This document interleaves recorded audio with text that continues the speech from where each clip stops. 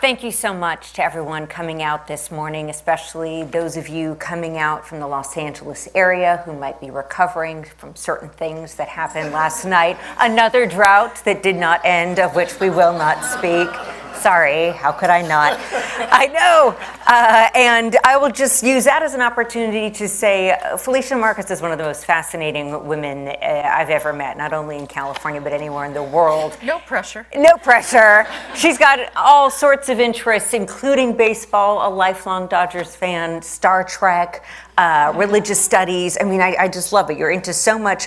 When did water become something that you cared about or concerned about, and something you decided, hey, this is going to become my life's work? No, it's interesting because it started with sewage, frankly, as all things do. I wasn't going to say. No, really, I think I'm the only person who's probably ever been quoted in the paper saying sewage was my first love, and then I found garbage. But it actually, I worked on water and environmental issues over time. I started being interested in the environmental movement seriously when I worked on Capitol Hill. It was when Love Canal had happened, and all of a sudden the issue of public health and everyone being affected by environmental issues piqued my curiosity. And Superfund was going through Congress, and there was this young legislator named Al, who I thought was pretty darn cool, trying to do some work on the environment, and so I sort of fell into it. But water really came to the fore when I ended up, almost by accident, becoming the lawyer for a ragtag group in LA called the Coalition to Stop Dumping Sewage into the Ocean, which was descriptive, if not poetic. I don't even think of what the acronym is. Oh, and that you can't do it. And that group, I became a co-founder and the lawyer for a group which became Heal the Bay, which is one of the little engines they could in Los Angeles that worked on cleaning up Santa Monica Bay. And I really fell into all things sewage, and then ultimately when I went to EPA, got much more involved in things like Bay Delta and water. I mean, water is endlessly fascinating. It's sort of the most essential element for life, frankly, on a host of grounds, physical and to grow food and all those sanitation and all of that. And it's messy and somehow has been an under the radar issue compared to things like recycling or air quality or other things. So there's a tremendous opportunity to do some good. I mean, in some ways, in some places, there's nowhere to go but up. So that's an appealing challenge. You were introduced earlier as water czar, which is the common term. I always like to get official about these things. Felicia Marcus's official title is chair of the California State Water Resources Control Board. Czar does sound cooler, but it's an epic job. I mean, there is so much. California is a huge state. There are, as you outlined, so many different issues. Walk us through, if there is such thing as a typical day in your world, what does that look like? What does a water czar actually do? Oh, that's so funny. Well, I do have a disclaimer. I mean, the water czar title came up in the media during the drought because I ended up being this is a terrible thing to say, the face of the drought.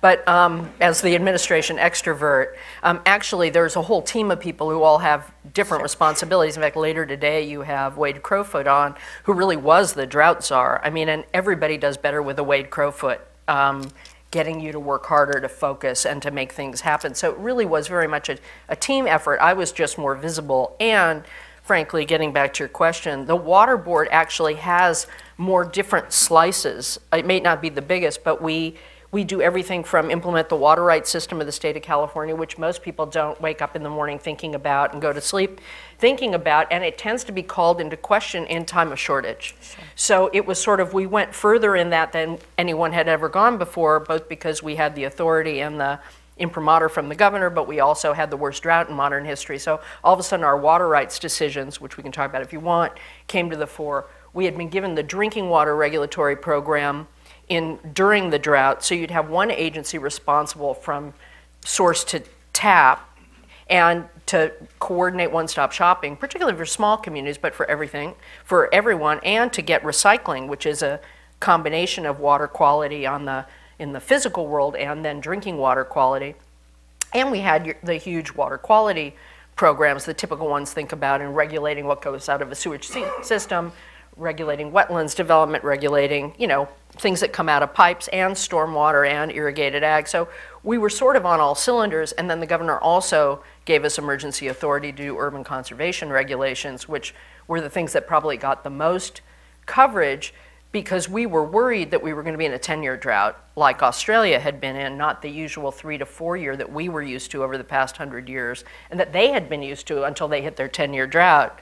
And it was like, we better do this early just in case, be safe than sorry. And that was a pretty big deal that the public totally rose to the occasion, and many water agencies, including LA, who you'll hear from later, but there are others, Molten Nagel, all kinds that you're going to talk about a little bit later, but folks really rose to the occasion as Californians, and a lot of that had to do with just getting information out to the public and calling on them, but also the mandatory regs kind of helped kick folks into gear. Indeed it did. And you talk about being the public face of what was going on at the time. I mean, people literally they would come up to you and share intimate details of their showering habits and beg me to talk whatnot. to their teenage son or daughter. Yeah. Yeah. Yeah, it's true. So go back to that time, because you know what they say about hindsight. When you look back in those moments and all of the things that California was doing at the time to try to grapple with the drought that we were experiencing, what worked best?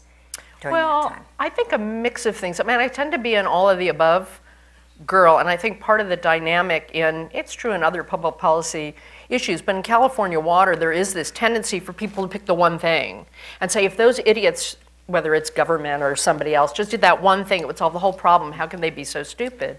When in fact, we have this incredibly varied set of water sources, very complex, very fragmented institutional arrangements, in part because it can be very local, and there are a different set of answers for each community. And so for us, it was important to jog the dialogue as much as get into action, get off the stasis of what I always call the is so is not, you're a jerk, no I'm not level of discourse, which is more like a Monty Python routine, and actually really get into a conversation about how do we put all these tools out there, how do we get them used? Conservation first and foremost, and efficiency, because it's the cheapest water out there. And we do have plenty of fluff in a lot of places that isn't too painful to cut back on, like how green is your lawn in the middle of the worst drought in modern history is probably less important than the small communities who are out of drinking water, for example. I mean, in the hierarchy of issues, folks can do that. When you have a fields fallowed versus a lawn, not so hard to make a choice. And so part of it was, let's put all of those out there. Let's go pedal the metal on recycling.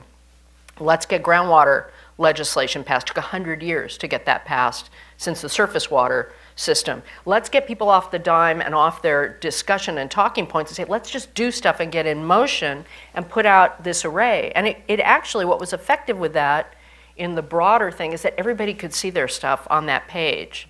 And everybody had to live with somebody else's stuff. I mean, people still might poke holes with something, but it really changed the nature of the discourse. And we basically said, we're moving, come with us if you want to, but we're not going to be stymied in making decisions. So we put out money for over $1 billion for recycling programs in grants and loans to get stuff off the drawing board in the ground. Huge sea change in public opinion on recycled water and within agencies.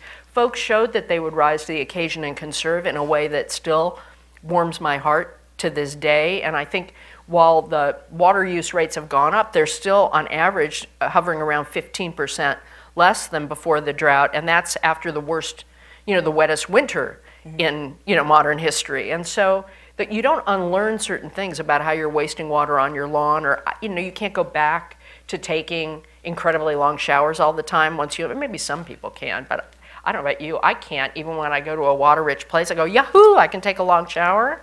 I can't do it anymore. And I keep thinking we should have busted that guy. When you interviewed me and we stood outside, she wanted to show me the shower in their studio and how long it took the water. And we were standing outside where somebody was on this long shower, and I still regret that we didn't just wait for them to come out and I could introduce myself. Say, I've been here. Yeah. So. I did. I literally pulled Felicia to the bathroom. I love that you remember that. It was hilarious. Well, and like you, and pardon the pun, I do like to see the glass half full, and yet, be it that guy at KPCC who was in the shower too long, or on a much more egregious level, folks who live not too far from where we're sitting right now. I mean, there were reports of water bills that came in, people trucking in water to Santa Barbara to make their yards look pretty at a time when residents in East Porterville had no water to drink. Kids who wouldn't show up to school because they had no clean clothes because they had nothing to wash it with. I mean, this is still a state that is very much a tale of two cities or two kinds of cities. So looking back, what do you feel like you could have done more, could have done differently to move the meter even further? Well, I think that's a really good question. I mean, I think, again, because I've been doing this for a number of decades, I mean, we got more done in 2 years than we'd gotten done in 20 or 30 to move the needle, but there's so far to go that your question is right. I think an incredible coalition of folks, some of whom you'll hear from as well today, in representing disadvantaged communities on drinking water, worked incredibly well. I mean, great activists, sort of the same philosophy of many in this room. LA has quite a few very effective advocates, and I think Heal the Bay was one of the groups that was like really hard hitting, but also would sit down with the folks, finding allies in government, et cetera, and say, what do you need to be able to make it better, and then help get it. And so we got a whole suite of tools to order consolidation and to get the ability to give money to help people on domestic wells. That's how East Porterville is getting hooked up. Now, that was, from a government geek standpoint, that was impossible. So that was fabulous. If I was going to go further, I would have gone for even more money, even more authority, even more focus on how do we fund, and this is, you'll talk about this later today, how do we fund and subsidize the operation and maintenance for these communities? We got Proposition 1 passed with over $500 million for disadvantaged communities for capital, but we don't get to give money and build facilities for people who can't even afford to operate it. And their history in the past of systems being built that had to be turned off, because we've done such a good job in California, still far to go, with the toughest water quality regs, whether it's Chrome 6 or arsenic or any of those things. It costs a lot to treat for those. So we're not going to be able to replicate what the city of LA can do in every small community. So we really have to think differently about it, and I really appreciate the leadership, both of the disadvantaged community, their champions like Senator Monning, folks in the agricultural community that have come together with them to realize that getting drinking water to people in the Central Valley is critically important. It's just a fraction of the water. You know, at least nitrate contamination is not a contaminant for farming, it's a nutrient. So how do we solve the problem of just getting drinking water to folks who don't have it? To me, that is absolutely the most important issue. The other thing I would have done that I will regret to the end of days is in trying to do these tough trade-offs, particularly around the Bay Delta, which is the hub of our drinking water and ecosystem for like 2/3 of California, if not more. In trying to figure out how to balance fish and wildlife and human needs, we cut it way too close on fish and wildlife. And we lost a second year of salmon by, you know, sort of all the agencies together, but blessing not saving enough cold water in Shasta, which not to say we would have saved them all, but I think we err too far on the side against the ecosystem, and we really need to make up for that and plan better for drought, so we're not just making these tough questions with people crying and busloads of people thinking that we're leaving water for fish to frolic in, while, because the fish aren't the reason their wells went dry, but it's understandable. So I think we need to get ahead of the curve, and we're trying to do that in our Bay Delta Standards update to try and get more water into the ecosystem, because Californians want that too.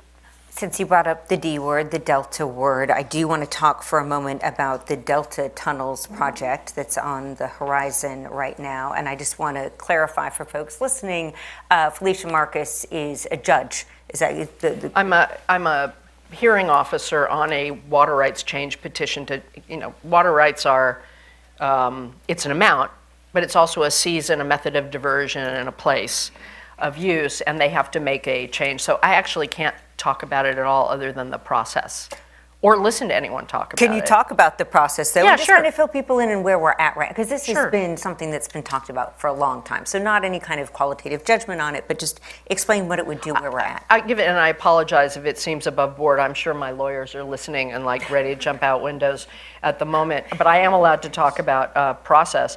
You have I'll try and make it brief rather than wonky. So you have this proposal. There's all kinds of things happening about it in the media that's not in front of us right now. We have a petition to add a method of diversion higher up on the Sacramento, so at the time that the pumps get turned off, in theory, you could bring water underneath the delta and not create reverse flows which are part of the problem for messing up salmon and dealing with smelt. It's pretty complex plumbing, but that's it in a nutshell. The big fights are over how much water goes through it, the disruption of that. So it has a number of processes, and there are a number of lawsuits already. You know, there are folks who can challenge it based on the decisions. There are folks who can challenge it based on the environmental documentation. That's not in front of us. We just started first. Now there are more for us. We have sort of a narrow decision that comes through evidence presented, cross-examination, rebuttal, sur-rebuttal, where people test each other on the evidence about whether the project as proposed is a yes, and to be a yes, it has to not harm other legal users of water ability to get their water. It has to not hurt fish and wildlife, and our choices are yes, as proposed, no, or yes with conditions. And the conditions can be about protecting other water rights holders and other and protecting fish and wildlife. And due to state legislation from 2009, we also explicitly have to put flow conditions on for fish and wildlife and water quality purposes. So it's a little complicated, and it brings in broader issues. But for me, I just get to sit and listen. I have to base it on the evidence, and my fellow colleagues will decide yes, no, or yes with conditions, and here are the conditions. So ours is a little bit of a wonky thing, but it actually really matters, and there's a lot at stake and a lot of people who have different interests, and it's sort of outside because it is so based in California water rights law, it's not part of what you see in the headlines, which is more about what's going on in those deals, and will be more about what's happening in those other more conventional forums. We have a few minutes left with California's water czar, Felicia Marcus. If you've got a question that you'd like to ask her, we've got microphones on either side. Just raise your hand and we will bring a microphone your way. We've got one down here in the second row. We'll start off right here. Melissa McKeith, Citizens United for Resources and the Environment. Good morning, Felicia. Good morning. The State Board really grapples with so many hard issues, so congratulations on your leadership. One of the most challenging issues facing the board right now is what to do with the declining Salton Sea, which is California's largest lake and the last remaining Pacific flyway. Can you give the audience a little bit of an idea of what your vision is for what can happen with a smaller sustainable sea?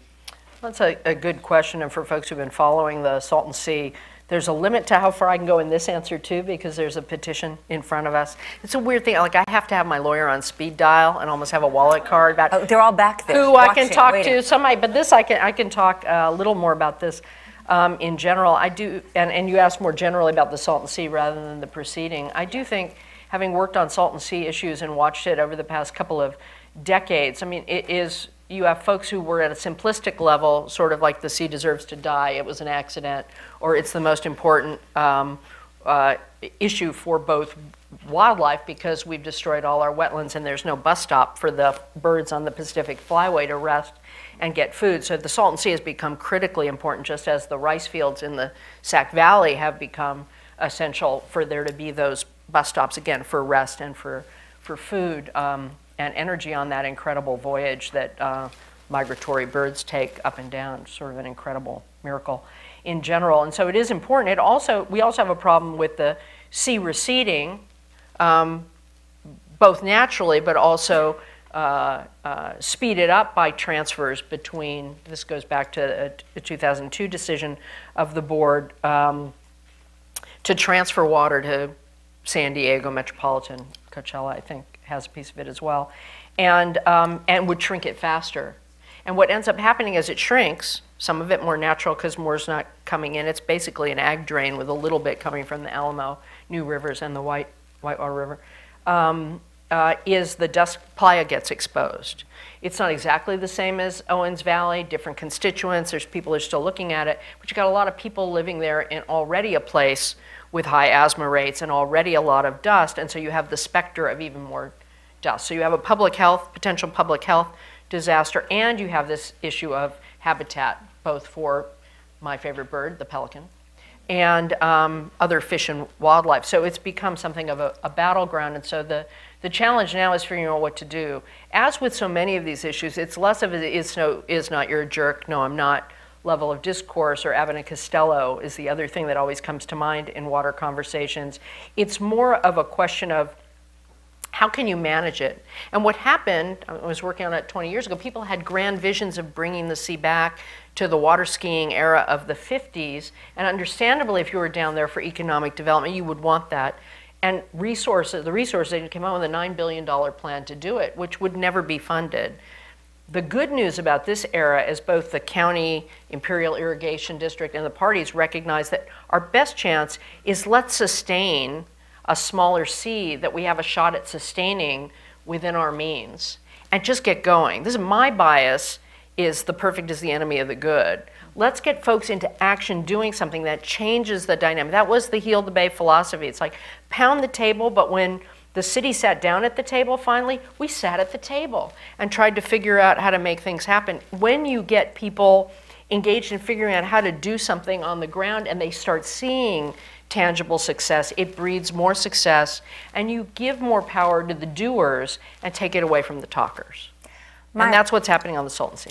My apologies to others who wanted to ask questions today, because I too would like to hear the answers. Unfortunately, our time is like the Salton Sea, and it has shrunk to that moment where, in order to keep things on track, we have to end it here. But my huge and sincere thanks to Felicia Marcus, California's Water Czar. Thank you for the time. Thank you.